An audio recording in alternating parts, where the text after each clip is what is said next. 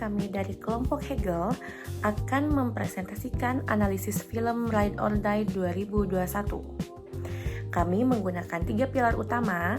Yang pertama, eksistensialisme Sartre tentang kebebasan radikal. Kemudian, fenomenologi Merleau-Ponty tentang tubuh sebagai subjek dan pandangan. Lalu yang ketiga, Simone de Beauvoir tentang pengalaman gender. Sebelumnya, perkenalkan, nama saya Kirana Hertun-Hisani selaku moderator. Dan selanjutnya mari kita masuk ke adegan pertama yang akan dijelaskan oleh Fadio. Baik, dalam adegan pembuka ini, Ray melakukan tindakan yang tidak termaafkan secara hukum, namun autentik secara filosofis. Menurut Sartre, manusia dikutuk untuk bebas. Begitupun dengan Ray membunuh karena takdirnya ia bertanggung jawab atas keselamatan yang lain.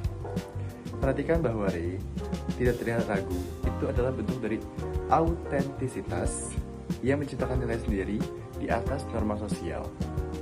Ia menerima ambiguitas sosial bahwa cinta terkadang perlu bersinggungan dengan kekerasan untuk mencapai pembebasan.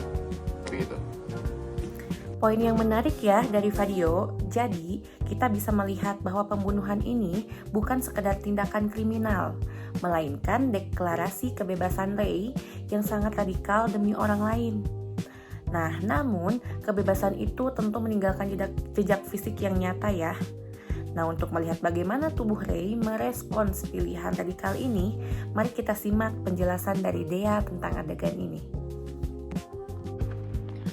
Di sini, mari kita bedah aspek tubuh. Fokus kamera yang sangat dekat pada kulit Ray menunjukkan apa yang disebut Merleau-Ponty sebagai tubuh yang menghayati. Air yang membasuh darah bukan sekedar aksi pembersihan fisik, tapi simbol konfrontasi batin. Dan darah suami Nanae di kulit Ray adalah bukti fisik dari pilihannya. Di sini, tubuh Ray menjadi saksi pertama atas kebebasannya sendiri. Ia merasakan beratnya konsekuensi tersebut langsung di atas permukaan kulitnya. Baik, terima kasih Dea. Sangat dalam ya, bagaimana tubuh Ray secara fenomenologis merekam konsekuensi dari pilihannya sendiri.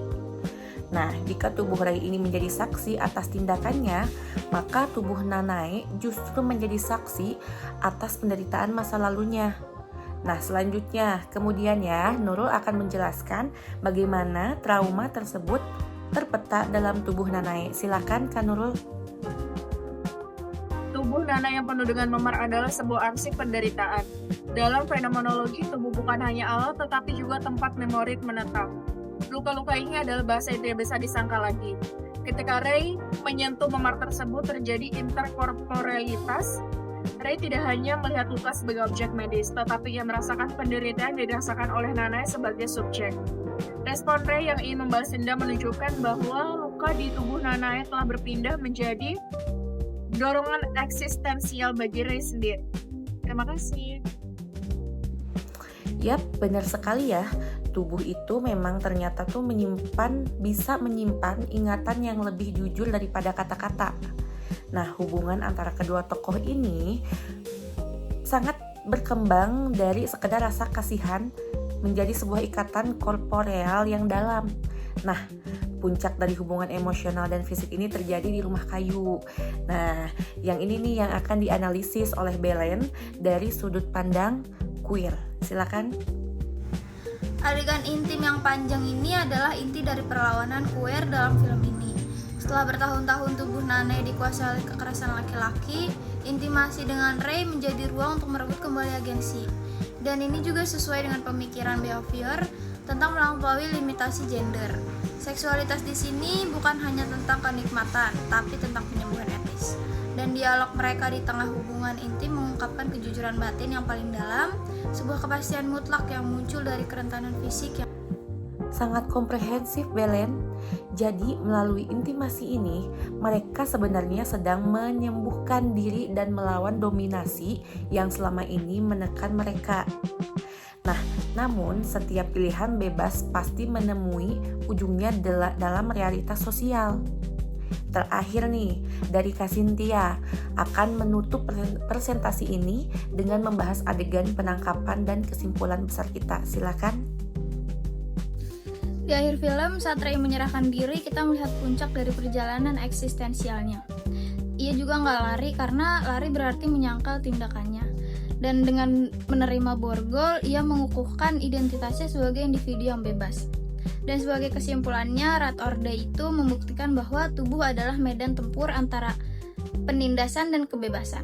Melalui luka, darah, dan sentuhan, Ray dan Nanette telah melakukan pemberontakan yang paling fundamental, yaitu berani menjadi diri sendiri di dunia yang penuh absurditas. Baik, terima kasih Cynthia atas kesimpulan penutupnya. Nah, saya selaku moderator dari diskusi ini hanya ingin menekankan bahwa film dari Ride or Die ini bukan sekedar tentang pelarian hukum, melainkan tentang perjalanan menuju autentisitas. Nah, meski dunia melihat mereka sebagai pesakit ya, secara filosofis mereka telah berhasil merebut kembali kemanusiaan mereka melalui tubuh dan pilihan yang sangat radikal. Kami percaya bahwa setiap tindakan dan sentuhan dalam film ini adalah pernyataan filosofis yang kuat tentang apa artinya menjadi bebas. Nah, baik, mungkin kita bisa tutup diskusi ini ya, teman-teman. Terima kasih atas perhatiannya, terima kasih atas waktunya semuanya, dan terima kasih teman-teman semua. Sampai jumpa kembali.